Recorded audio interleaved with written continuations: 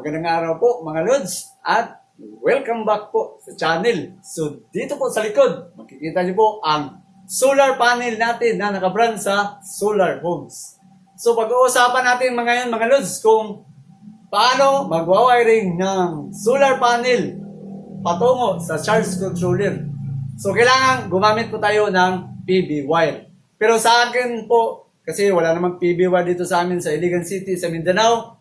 Meron naman sa online, pero may nakita po kasi ako na madalas na halos pala ang ginagamit doon sa PV wire ay naka-aluminum wire. Tapos minsan yung wire magkapareho pa ang kulay. Pero kaya gumawa na lang ako ng sarili kong version. Why not kung gamitin natin ng ibang paraan? Kaya nung una po, ang ginamit ko ay speaker wire. Naka number 12 po ang gamit ko para medyo may kataasan po na ampacity na pwedeng gamitin. Tapos, minomonitor ko po ang speaker wire natin. Nakababad po sa rooftop, ulan at saka init. Ngayon, 6 years na po ang gamit natin. Okay pa rin po ang speaker wire natin. Kaya, kung gusto mong mag-budget po sa pag-wiring sa PV wire, nakita ko, umabot naman siya ng 6 years.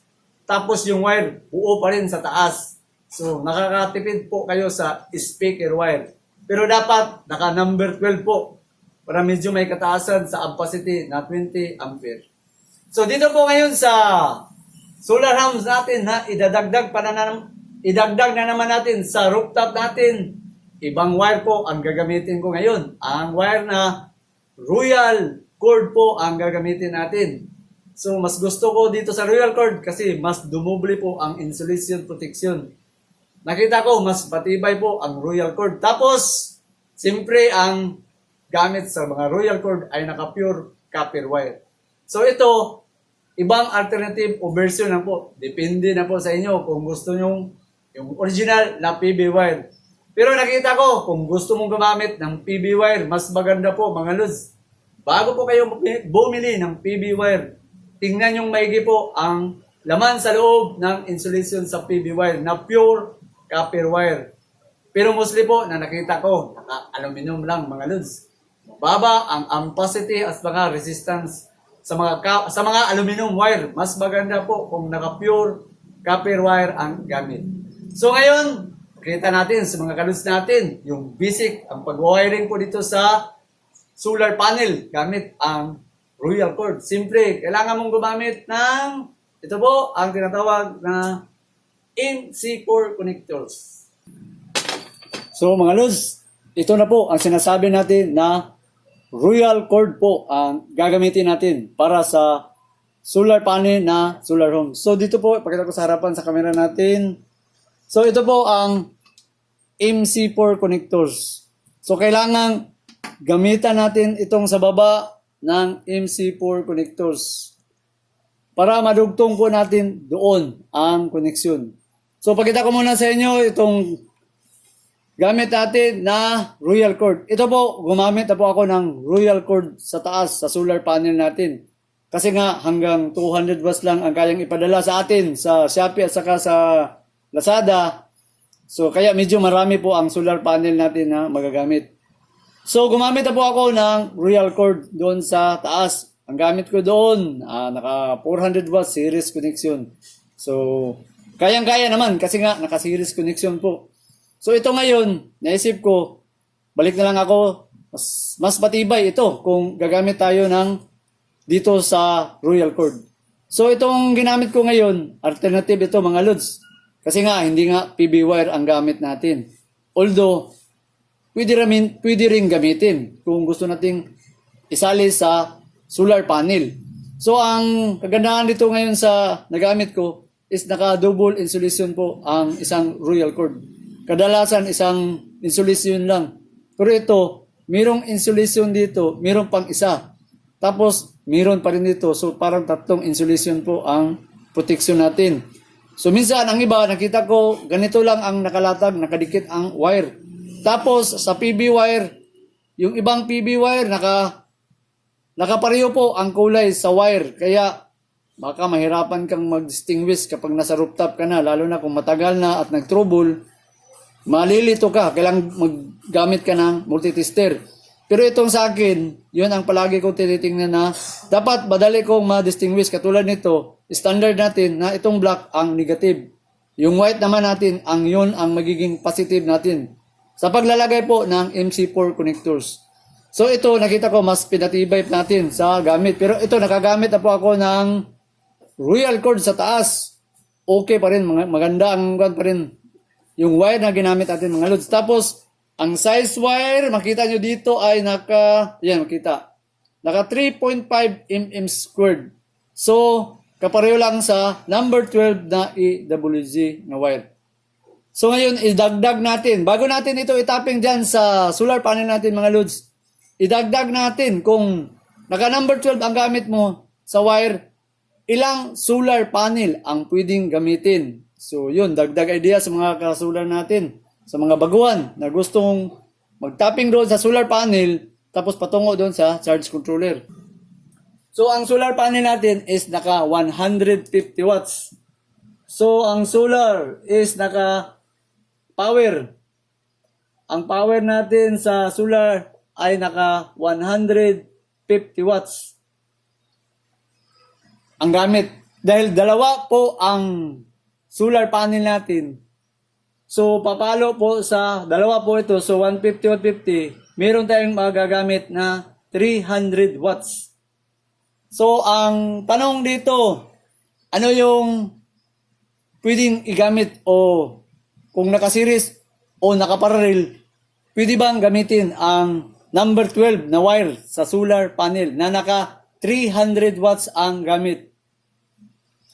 So, doon tayo sa pinaka-basic na pagtatapping na mostly po na tapping ay sabihin natin naka-parallel ang tapping natin. Sa mga parallel na solar panel, so ilalagay na lang natin dito ang drawing. Yan. Ito na lang. Sabihin natin, dalawang 150 watts. 150 watts na solar panel. 150 watts. 150 watts. Yan. Tapos, ang connection, medyo babaan natin ang camera. Yan. So, 150 watts. Ipagpalagay natin, itatapping natin siya sa parallel. So, kung ito po ang wire sa solar panel natin, yan, doon na lang natin. Dahil naka-parallel connection, simple, nakaganon lang po ang wire dyan mga lods. Yan, at saka dito. Tapos, ang rated, tingnan natin ang rated, mostly ang rated sa mga BMP na solar panel. So, simple sa Solar Homes na brand, ang BMP dito mga lods ay papalo sa 18B to 22B. Ang BMP, yun ang voltage maximum power. Pero kung hindi pa ito nakalagay sa charge controller, ang tawag doon mga lods ay BOC. Ang BOC, yan po ang voltage open circuit na kukunan mo ng voltahe ang solar panel. So mostly papalo yan sa 22 volts to 24 volts. Pero pag nasaksak po sa charge controller, magbabago po, magiging 18 na lang, minsan paabot pa ng 22. So, doon po ang pagbabatayan pag natapping na po sa charge controller. Tapos, ito pa, idagdag natin. Kung ano po ang pinaka mababa doon sa dalawa na voltahe sa solar panel, yun ang pagbabatayan sa solar panel. So, ngayon, hindi ko po maipapakita sa inyo kasi nagtsuri tayo. Pero kung makabidyo po ako doon sa actual natin, ipapakita natin na yung pinakamababa po na voltahe talaga ang babasahin niya. Ipagpalagay lang natin, example lang, ano ba ang ibig kong sabihin? Kapag ang unang BMP natin, nakakuha lang siya ng, sabihin natin, nakakuha ito ng 18 volts. Tapos yung isang solar panel doon, nakakuha po siya ng 20 volts. So ang mangyari dyan, kung kukunan, ipaparallel mo yung dalawang solar panel, ang lalabas po dyan mga lods, ito po ang lalabas, 18 volts. Hindi po 20 volts ang lalabas dyan. Yung pinakamababa na voltahe po ang susundin niya na reading patungo sa charge controller. So, dahil nakaparallel po, ipagpalagay natin na ang mangyari sa parallel, 18 volts ang lalabas po mga lods. So, meron tayong voltage na 18 volts na BMP. Yan, BMP, voltage maximum power voltage. Yan. Dahil nakaparallel po ang tapping natin, automatic mga lods. Ibig sabihin, titingnan mo ngayon ang IMP. Doon ka magbabase sa IMP. So, ang IMP po dito sa 150 watts na solar homes na brand ay pumalo po sa 7.98 ampere. Ibig sabihin dyan mga lods, dahil nakaparallel, bawat isa dito papalo sa maximum na 7.898. Yun ang pagbabatayan mo. Ibig sabihin, itong unang wire, papalo yan sa 7.98. Doon ka magbabase. So, itong isa, simple, parehong wattage. Itong isang wire rin, papalo dyan ang 7.98. So, all in all, ang total maximum dyan sa IMP dyan na lalabas mga loads ay 10.96 ampere.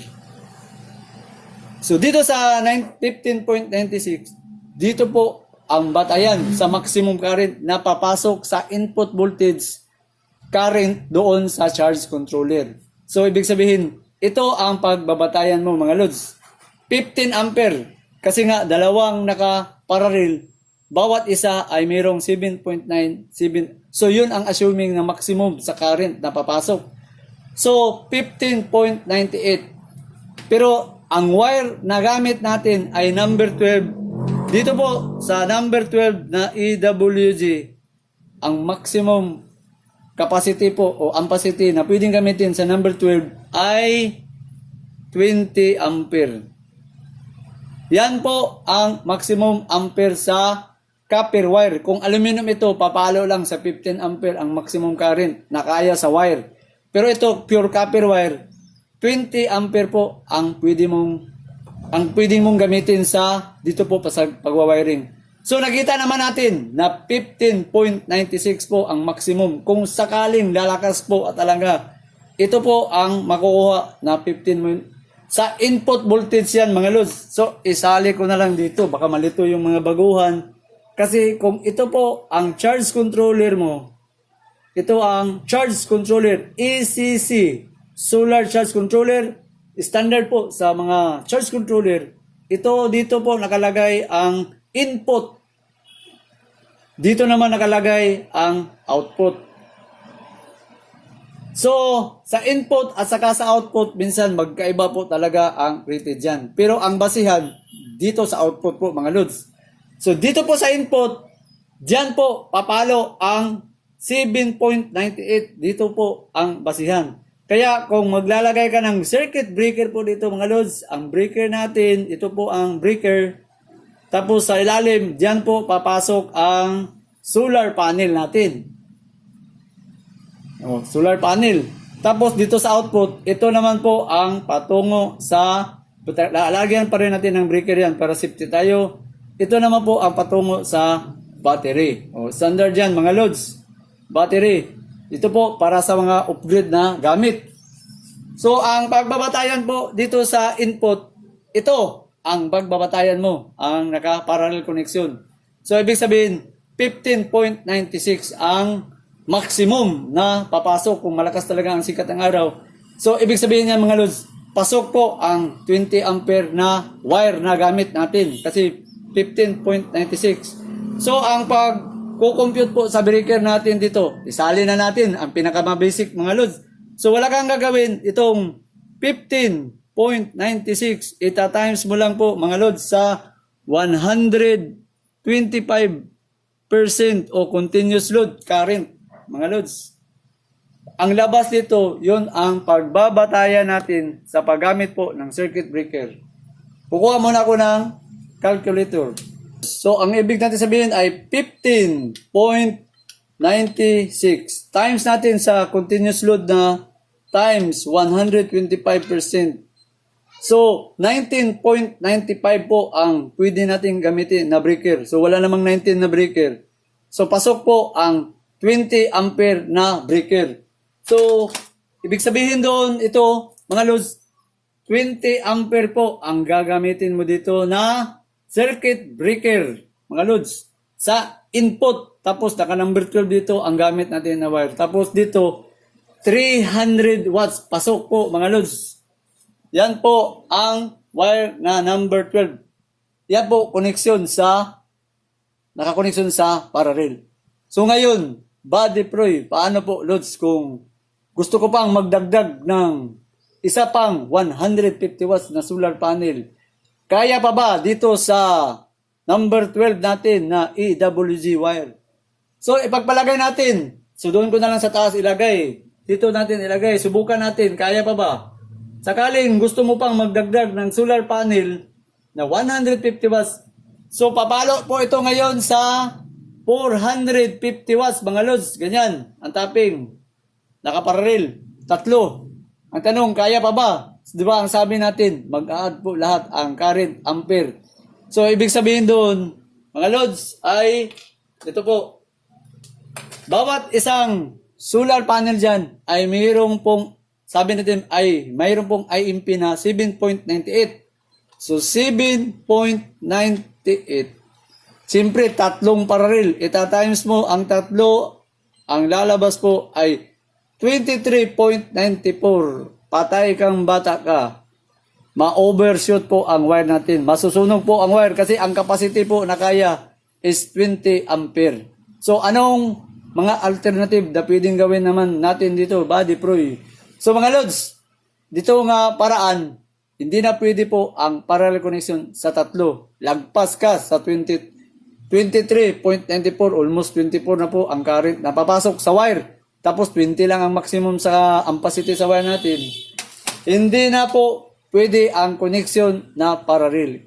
Kailangan mong gawing series connection. So ito na po tayo, mga lods, sa series connection na tayo. Para magamit natin, tingnan natin kung kaya ba, kung isi-series natin ang connection. So ito po ang 3. Naka-series connection po ang gagawin natin. Tapos series connection. Tapos ang solar panel ay meron pong polarity yan, mga lods. So isi-series pong pag ganun. Okay. Yan po ang series connection. Kung naka-positive po dito, negative, positive, negative, positive, negative. Take note, mga lods, ang BMP po dito, sabi natin ay meron po silang 18 volts. Dahil naka-series po ang 3, times 3 po ang mangyari dyan, mga lods, times 3. Kaya ang voltage na papasok, assuming lang na 18. Pero ito, tataas pa ito kung depende po sa klase. Pero itong solar homes natin, nakita ko, umabot sa 22, mga lods, ang solar panel. Kaya kung isiris mo 3, 22, papalo yun. Pero for demo natin, 18 lang. Standard yung 18 madalas eh. So 18, dito, times 3. Papalo po sa 54 volts ang BMP natin. BMP. Siyempre, kung mag-series ka, lagi mong tandaan, ang input voltage sa charge controller na gagamitin mo ay umabot dapat sa 54 o lagpas pa, mga lods. Kasi kung ang rated mo sa input voltage sa charge controller, kung naka 18 to 50 lang ang gamit na voltahe sa input, hindi ka pwedeng mag-series sa 3. Hanggang 2 lang ang pwede mong gamitin. Kung naka 18 to 50B, dapat 18 to 55, pwede na. Pasok ka sa 18 to 55 dito sa 54 volts. Pwede kang mag-series sa 3. So, ipagpalagay natin na LG ang gamit ko, pasok yan sa 3, mga lods. So, meron kang makukuha na BMP na 54 volts. Dahil nga may basic formula po tayong ginagamit na, ito, pasali na lang natin, medyo babaan pa natin camera. Yan. P is equals to IB. Formula natin. So, kukunin natin po ang amperahe dito sa series connection. Kung tingnan natin kung kaya ba ang number 12 na 20 ampere ang kapasidad. So, ang mangyari dito sa formula natin is I is equals to PB. Ang mangyari dyan, mga lods. So, ang P natin, power o watts. Simple, bawat isa 150. Papalo po ito sa 450 watts. Ang voltage natin mga lods ay naka 54 kasi naka-series ang tatlo. Papalo yan sa 54 volts. So, ilang na ngayon ang current na papasok? So, 450 divide natin sa 54 na voltahe. Meron tayong makukuha na 8.33. 8.33 ampere. So, ang ibig sabihin dyan mga lods, itong wire na papasok dito sa breaker natin ay hanggang, itong wire, ito hanggang 8.33 ampere lang mga lods. Kaya, ibig sabihin, pasok na pasok yan mga lods sa 20 ampere natin na wire at 20 ampere rin na breaker na ginamit mo dito. So, ganun lang kasimple mga lods. Sa input yan. Pero sa output yan mga lods, lahat po na total dito sa tatlo, ipa-plus mo na lang ang tatlo. Doon po lalabas. So, sabihin natin, ang sabi nga natin, na ang IMP po sa bawat isa ay mayroon pong 7.98. So, pag i-times 3 natin ito mga lods, papalo po yan sa 7.98 times 3 ay meron kang lalabas po na 23.94. Ang 23.94 mga lods, dito yan papasok mga lods, diyan po papasok ang 23.94. Kapag malakas po ang sikat ng araw, i-charge niya dito sa battery ang 23.94. So dito, 'di ba sabi natin, magkaiba po ang input na pasok at labas dito sa output. Kaya okay lang na maliit ang wire mo ngayon dito kung mag-series connection ka kasi 8.3 ampere lang ang pasok sa wire. Kahit pag number 14 ka pa, kaya pa. Pero dito po sa output sa battery, medyo may kalakihan. 23 na mga lods. So, papalo sa, kung ganito, pwede kang gumamit dito ng 30 ampere mga lods na DC breaker. Tapos, itong 13 na wire, dito na wire, so, gagamit ka na ng number 8. Hindi ka pwedeng mag number 10 kasi 30 ampere ang maximum sa number 10 na EWG wire. So, masusunog yan. Iinit ko, dapat number 8 po ang pasok dito. Ang ilalagay mo na wire, number 8. Kasi nasa 23.94 ang pasok. Kapag malakas po ang sikat ng araw. So, yan po, mga lods. Kung sakaling dagdagan pa natin, body pro, so pwede pa magdagdag ka kung magdagdag ka pa dito, magiging 600 watts yan, mga lods. Itong 450, ipagpalagay, idagdag natin. Sabihin natin, gumamit ako ng Ilijoy. Ilijoy na 400 watts. Pasok ba ito sa 450 to Ilijoy? Ang masasabi ko, hindi yan pasok. Mag-overheat po ito mga lods. Huwag mong piliting dagdagan mo pa ng mga blower. Hindi po, mag-overheat. Delikado. Kasi kapag masira ang blower, ipagpalagay natin, nag-malfunction, pwede itong masira, mag-overheat. Although, may protection naman sa overheat ang mga Ilijoy. Pero, sabi nga natin, hindi yon, nag-over ka na sa gamit.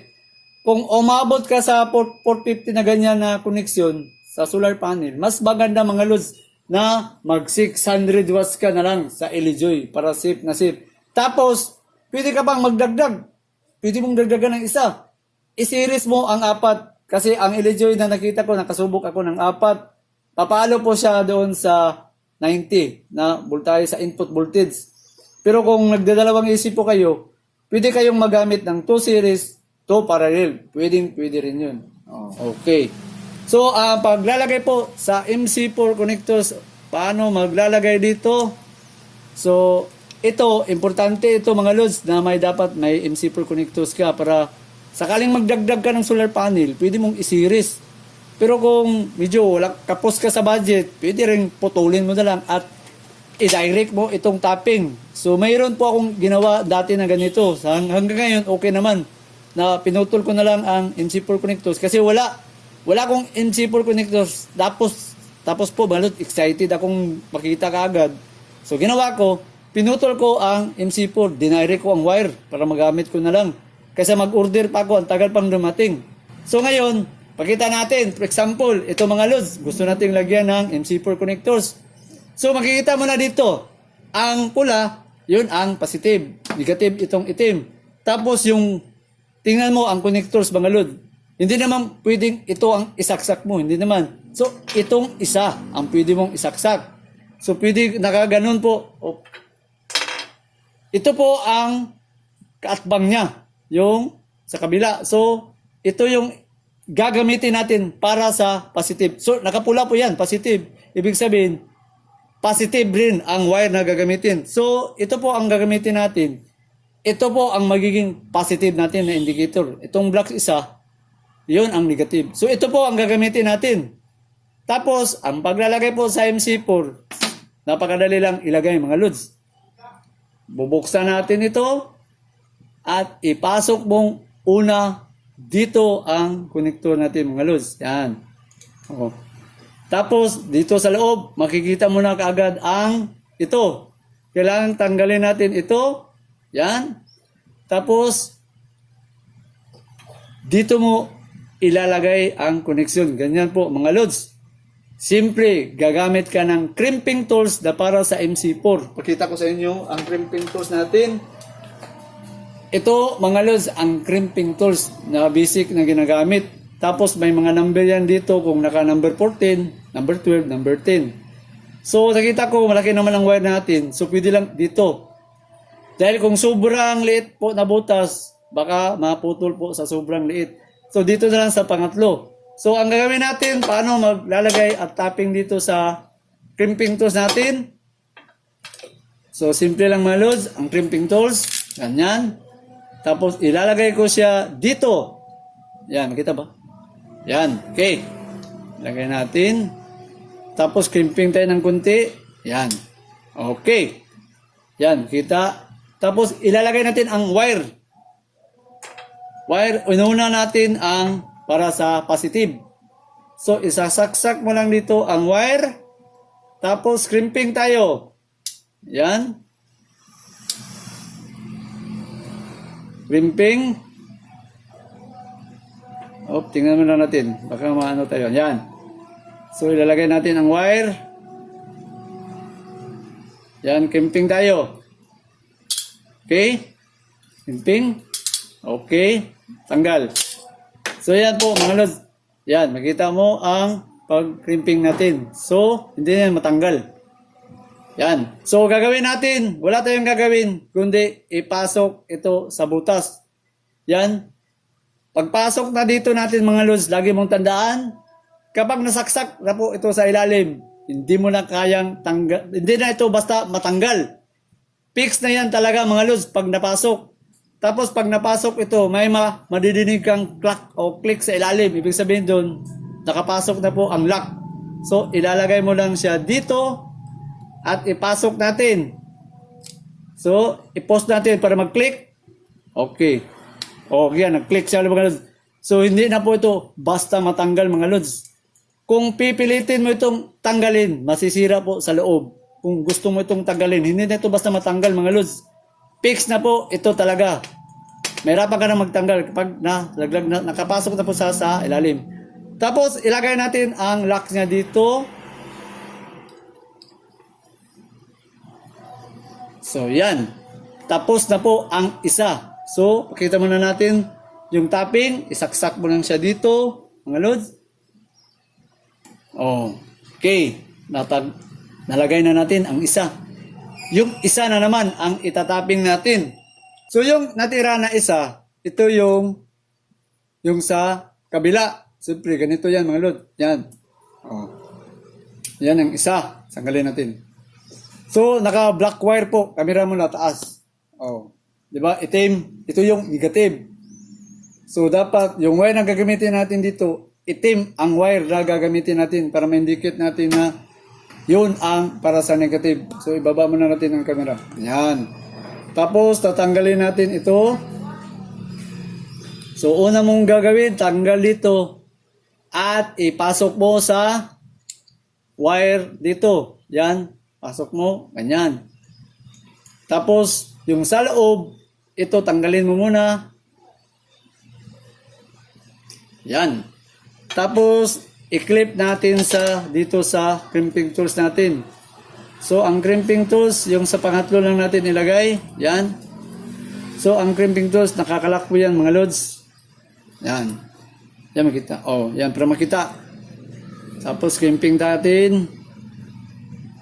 Oh, okay. Okay, yan. Tapos, ilalagay natin ang wire. So, ilalagay natin ang wire dito. Yan. So, crimping tayo. Crimping. Yan. Para maigpit. Okay, tanggal. So, yan na po mga lods ang pag-crimping wire natin sa MC4. Tapos, isasaksak na natin sa loob. Yan. Tapos, sabi natin, pag na-clock, wala na, hindi na ito matanggal. So, clock. Push natin. Clock. Okay, o yan, nag-clock. So, yan mga lods, hindi na yan basta matanggal. Pag pilitin mo matanggalin, wala na, masira ito. So, yan, fix na yan mga lods. Tapos, lagyan na natin yung cover.